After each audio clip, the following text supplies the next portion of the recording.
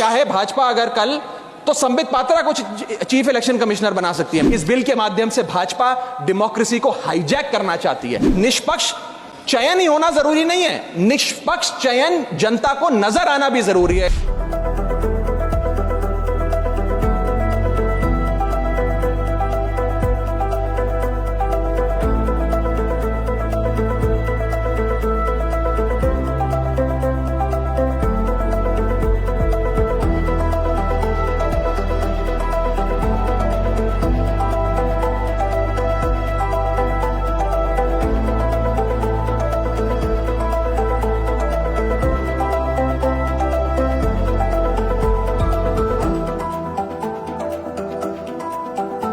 इस बिल के माध्यम से यह सरकार चुनाव आयोग को पूरी तरीके से अपने नियंत्रण में लेना चाहती है, यानी कि चुनाव आयोग पे पूर्ण कब्जा चाहती है। चुनाव आयोग के 3 सदस्य होते हैं, एक मुख्य चुनाव आयुक्त यानी कि चीफ इलेक्शन कमिश्नर और 2 अतिरिक्त इलेक्शन कमिश्नर्स।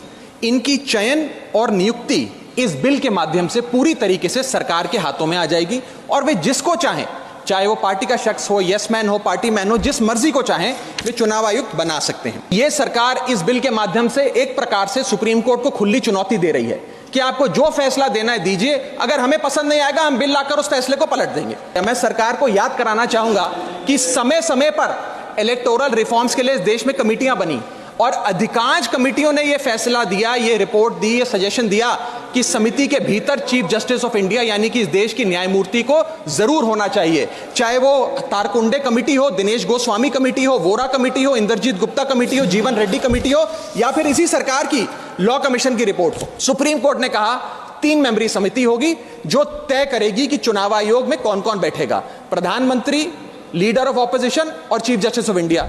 इसमें से चीफ जस्टिस ऑफ इंडिया को निकाल बाहर कर एक कैबिनेट मिनिस्टर को इसमें डालकर पूरा नियंत्रण सिलेक्शन समिति का इन लोगों ने बिगाड़ दिया, जिसके चलते आज इस समिति में सरकार के पास 2 वोट हैं।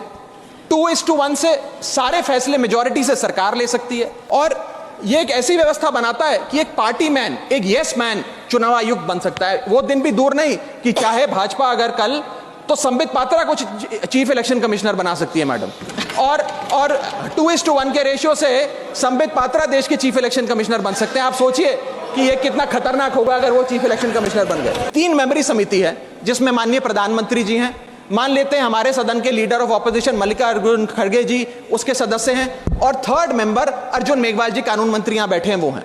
अब इनकी बैठक चल रही है, इसमें माननीय प्रधानमंत्री जी कहते हैं कि मैं रमेश नाम के शख्स को चीफ इलेक्शन कमिश्नर बनाना चाहता हूं।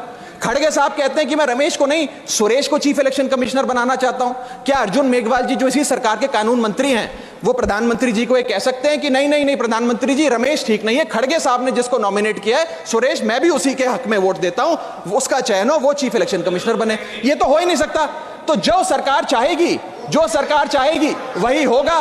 तो एक प्रकार से निष्पक्षता और स्वतंत्रता चीफ इलेक्शन कमिश्नर की खत्म करने का काम ये करती है। हमने बचपन में एक मुहावरा सुना था, जिसकी लाठी उसकी भैंस। तो ये पूरी तरीके से इस बिल में सिद्ध होता है कि लाठी भी इनकी, तो फिर इस कानून के माध्यम से भैंस भी इनकी। मैं आपको एक और उदाहरण के माध्यम से समझाता हूं। मान लीजिए भारत और ऑस्ट्रेलिया का क्रिकेट मैच हो रहा है। उस क्रिकेट मैच में अंपायर कौन होगा वो एक 3 मेंबर की समिति तय करेगी जो मैच कराएगी। वो 3 मेंबर की समिति में एक ऑस्ट्रेलिया के कैप्टन पैट कमिंग्स होंगे, दूसरे ऑस्ट्रेलिया के प्रसिद्ध प्लेयर डेविड वार्नर होंगे और 3rd भारत के कप्तान रोहित शर्मा होंगे। अब ये 3 मेंबरी समिति अगर किसी अंपायर को चुनेगी तो वो अंपायर तो हमेशा ही ऑस्ट्रेलिया के साथ होगा, क्योंकि 2-1 की बहुमत ऑस्ट्रेलिया के साथ है। तो क्या निष्पक्ष मैच हो सकता है? क्या इंडिया इंडिपेंडेंट मैच खेल सकती है? ऐसा ही कुछ इस चुनाव आयोग के गठन से, इस बिल के आने के बाद इस देश में होने जा रहा है। देश में चुनाव आयोग निष्पक्ष हो ताकि चुनाव निष्पक्ष हो। अगर चुनाव आयोग निष्पक्ष नहीं होगा तो चुनाव निष्पक्ष नहीं होंगे और लोगों की आस्था इस लोकतंत्र से डगमगा जाएगी। इस बिल के माध्यम से भाजपा डेमोक्रेसी को हाईजैक करना चाहती है। मैं हाथ जोड़कर आपसे विनती करूंगा, इस बिल को वापस लीजिए। लोगों की देश के लोकतंत्र में बहुत आस्था है, उस आस्था से खिलवाड़ करने का काम मत कीजिए। बहुत बहुत शुक्रिया। जय हिंद, जय भारत।